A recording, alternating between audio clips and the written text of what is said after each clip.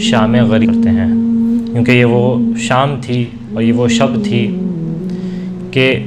جس میں اہل بیت علیہم السلام کی خواتین مدینے سے دور ایک بیابان میں تنہا تھیں۔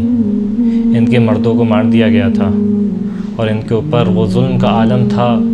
کہ کبھی کسی جانب سے حکم ہوتا تھا کہ خیموں کو جلایا جائے۔ بیویاں اپنی چادروں کو بچا کے خیموں سے باہر نکلتی تھیں، جلتے ہوئے خیموں سے۔ ہاں، لیکن تاریخ نے اس شب یہ بھی منظر لکھا کہ جب تمام بیویاں خیموں سے باہر نکل رہی تھیں، وہ بیوی جو محافظ امامت تھی، حمید ابن مسلم کہتا ہے کہ میں نے دیکھا کہ علی کی بیٹی زینب کبھی ایک خیمے کے اندر جاتی ہے پھر باہر آتی ہے، باقی بیویوں کی طرح باہر نہیں نکل رہی تھیں۔ کہتا ہے میں نے سوال کیا ہے شہزادی آپ باقی بیویوں کی طرح باہر کیوں نہیں آ جاتی؟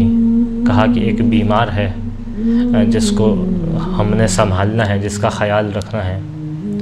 تو تمام بیویاں باہر نکل رہی تھیں، خیموں کو آگ لگا دی گئی،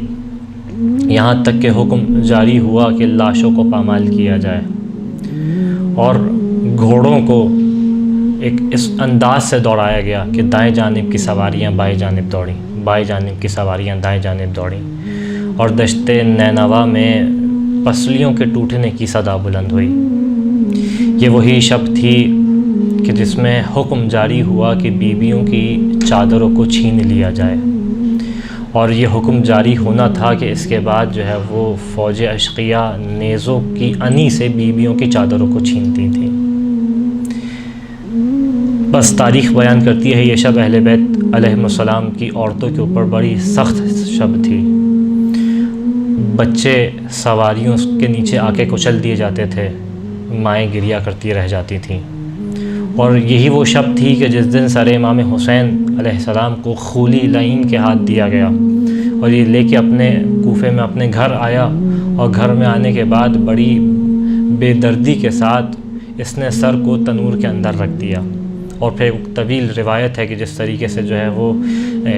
خولی کی زوجہ نے دیکھا کہ ایک نور ہے جو اس کے گھر میں تنور سے بلند ہو رہا ہے آسمان کی جانب۔